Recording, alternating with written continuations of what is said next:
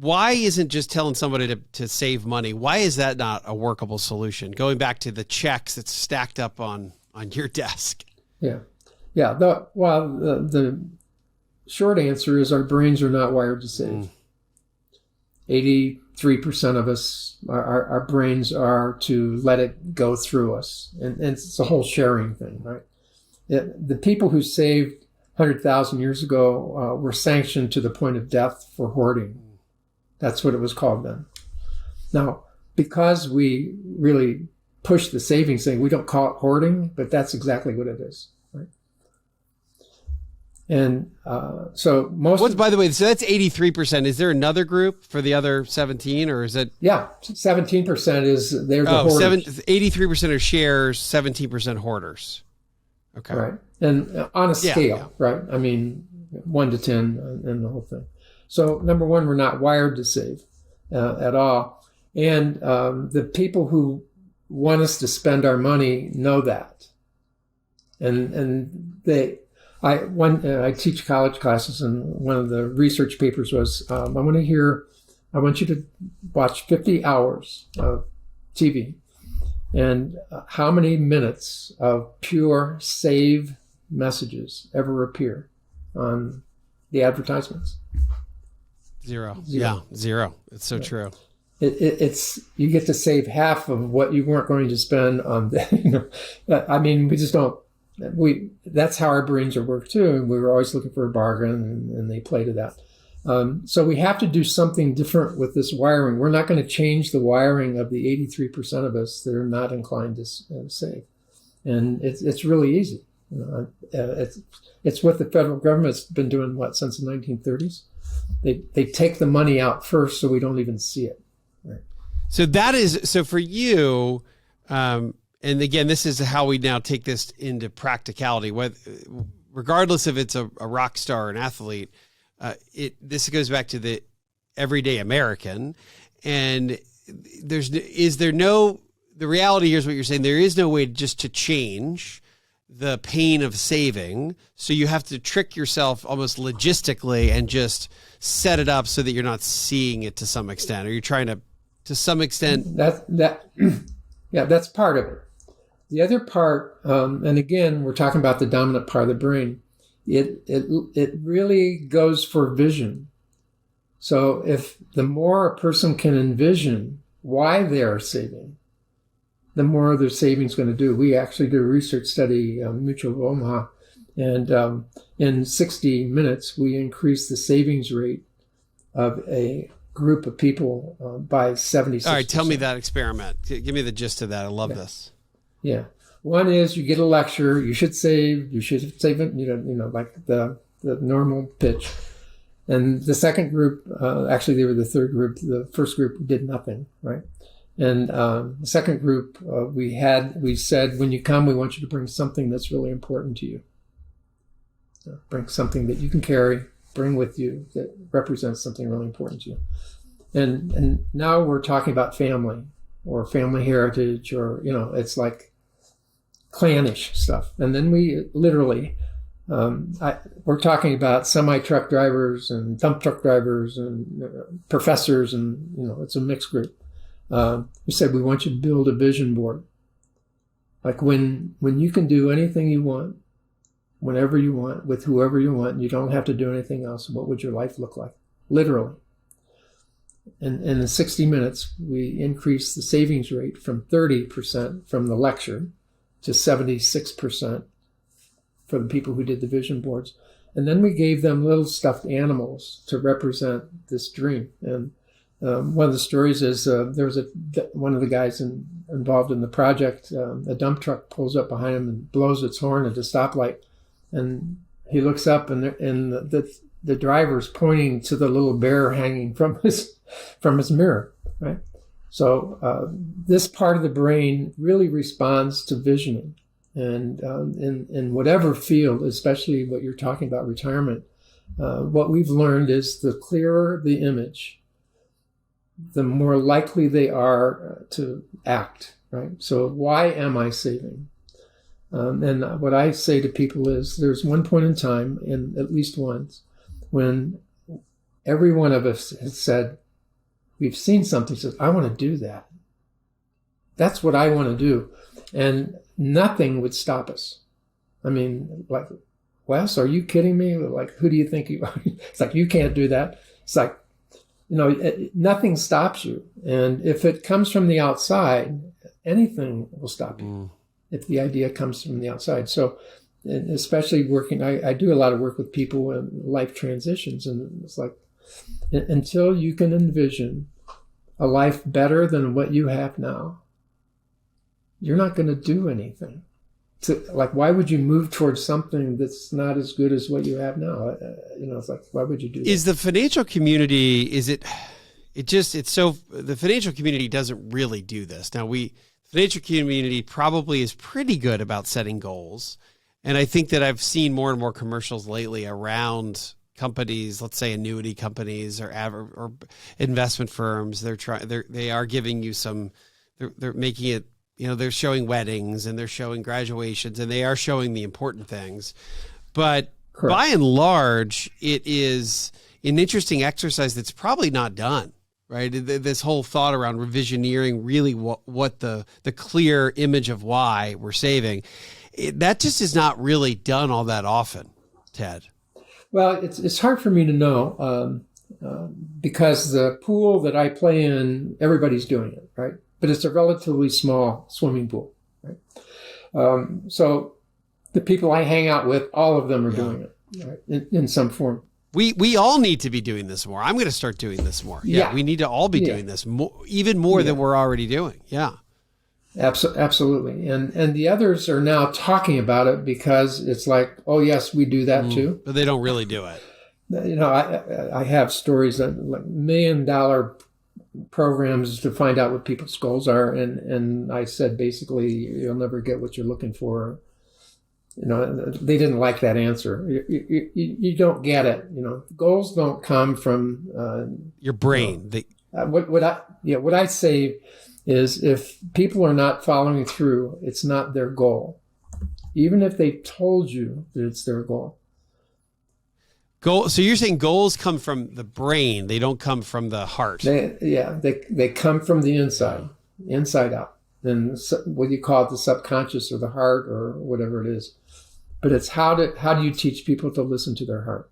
Right? So let's then talk about some of these. Let's talk about some of the money disorders or these money issues for, let's say, for retirees and potential future, the retire sooner crowd listening, our audience, things like money avoidance, shopping, compulsive shopping, money infidelity, financial enabling. Can we talk about those kind of money disorders? Yeah, well, those are just the symptoms represented of the thinking that drives the behaviors. All financial behaviors make sense if you understand the thinking that drives them, the subconscious thinking. And as many different people as there are different thought patterns. They may have many of the same overt behaviors like money enabling. It may have a lot of different reasons. One is I know I was a pretty terrible father, but now it's like, so I'm trying to buy penance, right, and do things for my grandchildren, and that, like, buy love, right, to buy love and acceptance and so on, how can I, if my son is about to go bankrupt and I've got $3 million in the bank, how do I let him do that? Right? Yeah. How do I let him learn that lesson? Right? And like most people can't do it. Right? It's like, and again, that's a lot of our subconscious. The part of our brain that controls the money behavior is 100,000 years old in terms of programming, and you just didn't do that 100,000 years ago. It's like if your children were suffering, you helped them. How about avoidance as an example? Money avoidance. Is there a cure? How do you cure that? Well, how do you cure that? Well, the money avoidance is based on thinking, right? So we have technique and tools that we use to help people discover their thinking, right? It's like if I said to you, tell me first answer, as you leave the room that you're in, on your left is all the money that you and your family for the next 10 generations will ever need. And on the right is all the love that you and your family for the next 10 generations would. Tell me what you would choose. Yeah, never. And I would say most everybody would choose the right. Yeah. And so that's a money script, right? Because I didn't say you couldn't have both. You decided you couldn't have both. Right? That's a money avoidant thought. Interesting. Yeah. Yeah.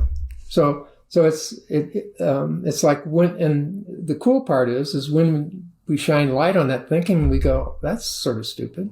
Yeah. But we don't even know that we're doing it. We don't even know that it's operating. It's like we shine the light on it going, wow. And sometimes just awareness of the money belief changes. A friend of mine with this retirement thing, I said, I'm really struggling. He goes, so when you retired, what would you do? And I pictured myself on a beach on Kauai, sitting in one of those chairs with the waves lapping up and over my feet and back. And that was the most disgusting picture. It's like, I would hate that. Right? Yeah. And then I said to myself, no wonder I'm not sending the money in. Why? And then I said, this all happened in about 40 seconds. What if retirement meant I could do what I want, when I want, with who I want, where I want, and I don't have to do the other stuff? It's like, all right, that sounds good. And then I said to myself, I own my business. Why am I not living that way now? It changed my life. Like 45 seconds changed my life. Say that one more time. Let me understand that. Because and you owned your own business at the time. Why are you not doing that now? Why are you not? Why am I not doing what I want, when I want, where I want, with who I want, and not doing the stuff I don't like? Like what? I don't have to wait to retire to do that, right? I mean, I'd never had that thought. But that's what uncovering one money script meant. And when if you look it up, we've done some work with this. If you look up retirement, quit, you'll find in the first 5 words, quit. And what if you love what you do? It's like I don't want to quit, right? So if we don't know that, we set ourselves up to never be able to quit. And I would have been a 60-year-old complaining and moaning and groaning about, I got to work the rest of my life, without knowing that I'm making myself happy by doing that, because I would be miserable if I would. I mean, it's crazy, right? I mean, we go like that. So again, that's another script. That's one of those, absolutely. I know I'm going to be miserable if I stop, so I'm just going to put myself in a position to have to keep working forever. Absolutely. It's so, it is so, you trace it back so far. You really trace this back. Well, and then it's also what we watch. My father retired. What happened for him? My grandfather retired and he died. I mean, it's just like, there's no life. And even people who retire, like, I have a lot of people I know in that realm.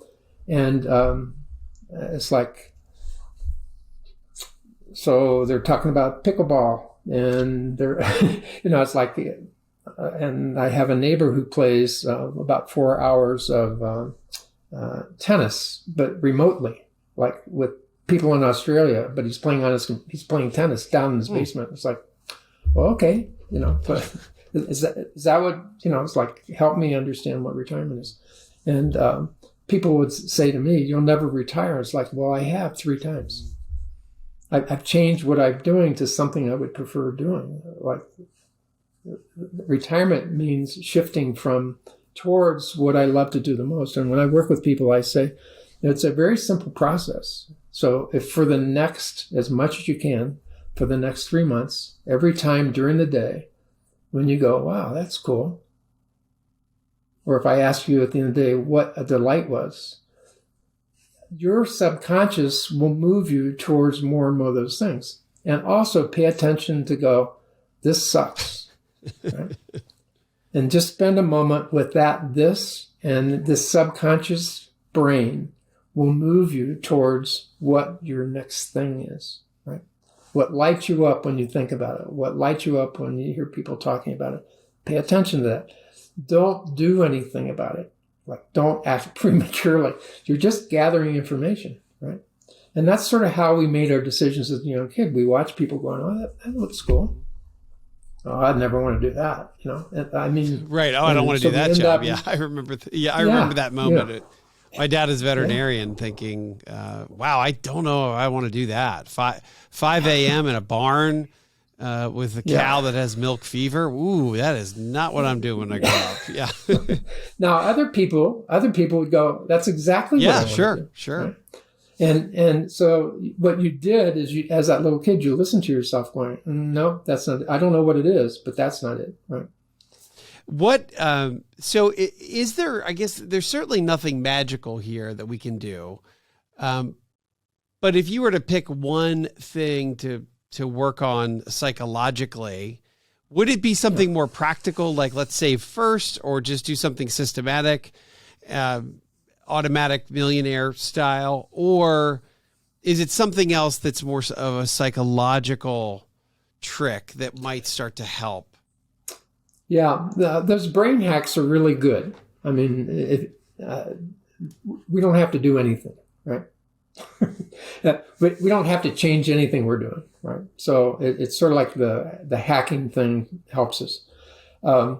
If we want to help ourselves, I'd say to everybody, like, what's the thing that bugs you the most that you do financially that makes no sense? You just don't like it. Okay.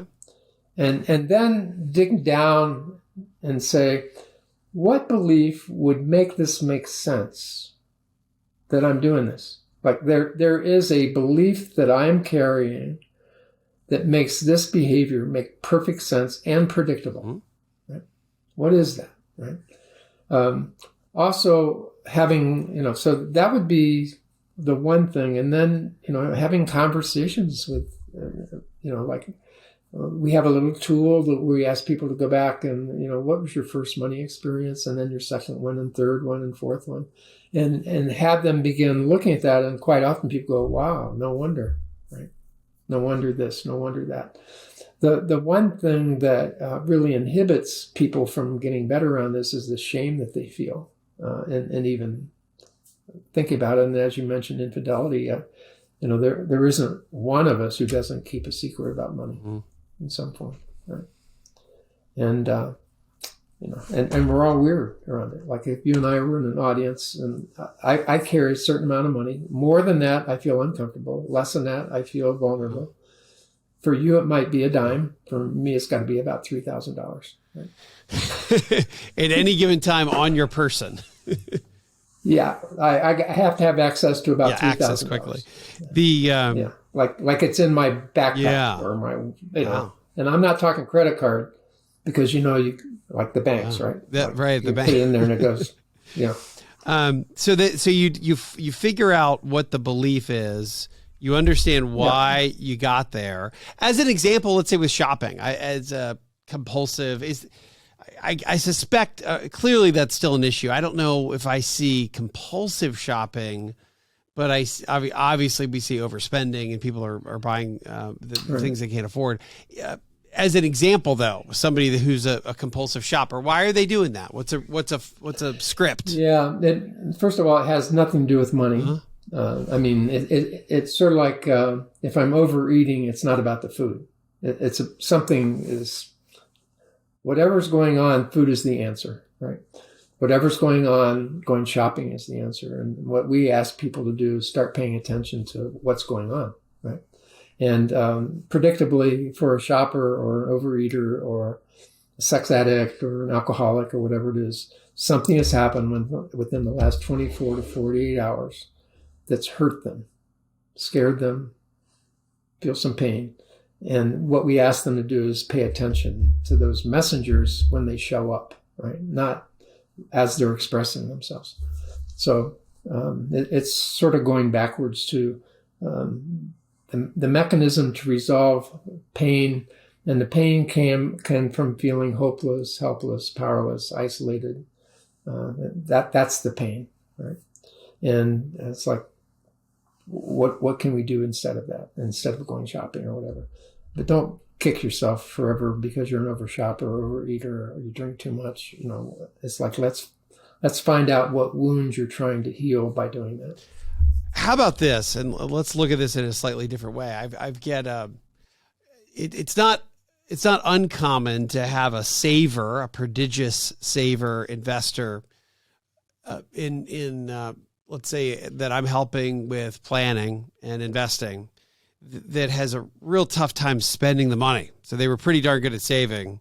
They're kind of the inverse. Maybe they're evolutionarily the hoarder, the right. 13% that you talk, or 17% that has that in their DNA. And they're just it makes them really uncomfortable to spend. Not, of course they have to continue to live, but they really have some real issues with that. What would you say? Is there a way to deal with that anxiety of pulling money out? Yeah. Well, first of all, lecturing them is very inefficient, right? And showing them pictures of how they'll be okay, all the logic stuff, it's going to be like water off a duck's back. Right? By the way, I am one of those, right? I am one of those. Very difficult to spend money, especially on myself. It's allowing a conversation to occur about what that's all about, right? And the more I understand what that's all about, and I hear myself say things that are sort of ridiculous, when I hear it myself, but it's really having a listener who will listen to me beyond the you should, and here are the numbers and all that kind of stuff. But it's like, like tell me more about that, and it's really having somebody to listen to you, help you uncover all of that, and that person would have to have some skills in terms of doing that. And the same thing with overspenders, same dynamic with overspenders. It's like there's something one is trying to take care of, and we can find some other ways to do that, but you have to recognize it's happening. Do you need a psychology degree to dig into that? No, you need a good listener. Does that go back to exquisite listening? Yes. So tell me just a little, as we wrap here today, tell me just a little bit more about that, the exquisite listening. And you do, your workshops are this, correct? Right. And the reason I'm doing the workshop is because it was such like, wow, there's nobody listening to each other here, right? And it's like, how can we teach them how to do that? But there are a couple rules. One is never ask a question, never ask for information in a question form. Wait, hold on. Never ask what? Never ask a question in a question form. Correct. Never ask for information in a question form. Give me an example of that. Okay, let's take what you just said. Give me an example of that. Was not a question. Right? That was a statement. By the way, I knew I was doing that. And that's or wow, that's interesting. I'd like to know more about that. Right. Now the key word is I. And if you say, please tell me more, which is me, or I'd like to know more about that, to the subconscious, you are like a dog turning on its back and offering its belly. You're the one who's vulnerable. When you ask me a question, I'm on the spot. Right? Like, what do you mean? What do you mean by that? It's like, subconsciously, I tighten up. I have an anxiety response, right? So, Ted, you don't spend any money yourself. What the heck is that all about? It's like, I am less likely to know. Now I'm in protection mode, right? If you said, give me some examples. It's like, well, I bought some clothes and somebody else was paying for it. I couldn't even get out of the car to go pick them up, right? And now you've got me talking about, well, that must be interesting. So that's that's one thing. And, that's the most controversial thing. The other thing is to understand that whatever a person is asking for advice, basically 80% of the time, they're not really looking for advice. Right? Yeah. Whoa. Okay. Tell me more about that. There you go. I'd love to know what you mean. You're a quick I'd learner. love to know what you mean by that. Yeah, and see what you just did is like, when we do the exercise, you actually see people moving towards the person who wants to know information. You get bigger on the screen. Yeah. Yeah. But I really do want to know this one. Yeah. So the whole idea behind it's listening. And what I say to people is, if you say to me, hey, I drink too much, what do you think would help? I'll go to AA. And if you go, great idea, thank you. Tell me what, it's like you really wanted my advice. If you go, well, that's my sign, you are not looking for advice, you're looking for clarity, right? So I've developed a method where instead of you going off with well, you won't do that, how about treatment? How that is that? And every time I say something, you say no, right? That's not something wrong with you. It's really, I'm not with you. You're not really looking for advice, even if you said, I'd like some advice, right? If it comes right back at you right away, they're not looking for advice. So there's a several step method for listening to them. Basically, they need to be listened to. They need to hear this thing come out of them. So it's really about letting them, and research-wise, it's like 87% of the time, by simply listening to you when you are asking me for advice, you'll come up with your own answer. And it's your answer, and that comes from the inside, right? Not advice from the outside. Ultimately, people are looking, they have the answer, they want to talk it out, and they want it to... They don't know. They don't necessarily know. Actually, they don't know necessarily. Okay. Yeah, no. And I've actually worked with people and groups of people where at the end, the person goes, thank you for the advice. And we all sit there and look like he just gave himself the advice he didn't even realize, And that's what skillful listening does. It empowers you to tap into your wisdom and, what works for you. Maybe just last question. What is one, gosh, I guess there's no one thing. What would you maybe leave our audience with to have a healthier relationship with their money, or an activity to be able to get a healthier relationship?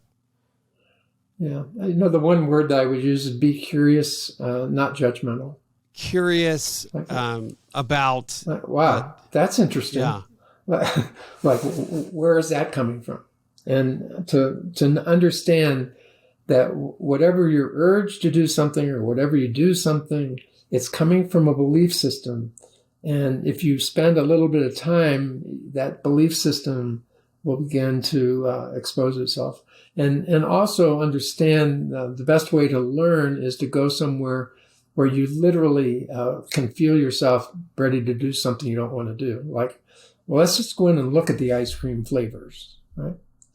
And that entire environment is set up that you're going to walk out of there with ice cream or a car or whatever it is. And it's okay to sit there as you're eating your ice cream cone going, wow, what was that about? Like, how did that happen? We were just going to look, and how did it move from looking to doing it? And the answer is because we respond to sensory. The controlling part of the brain is a sensory thing. So that's why the visioning of the future, the smell of the new car, you want to sample, the sales of whatever they're sampling go up by 3,000% of whatever. I'll take one of those. And I have a touch of guilt that I had. Actually, at Costco, I'll take a box of those at Costco, right? So this is awesome, Ted. Tell me, though, of all your books, The Psychology of Financial Planning and Wired for Wealth, what's your favorite? I know that people should go out and buy all of them, but what's your favorite book? My favorite is the Scrooge book, the very first one, Financial Wisdom of Everyone Needs for Scrooge. It sort of tells the whole story, right? And everything else is expounding on one or other part of that, and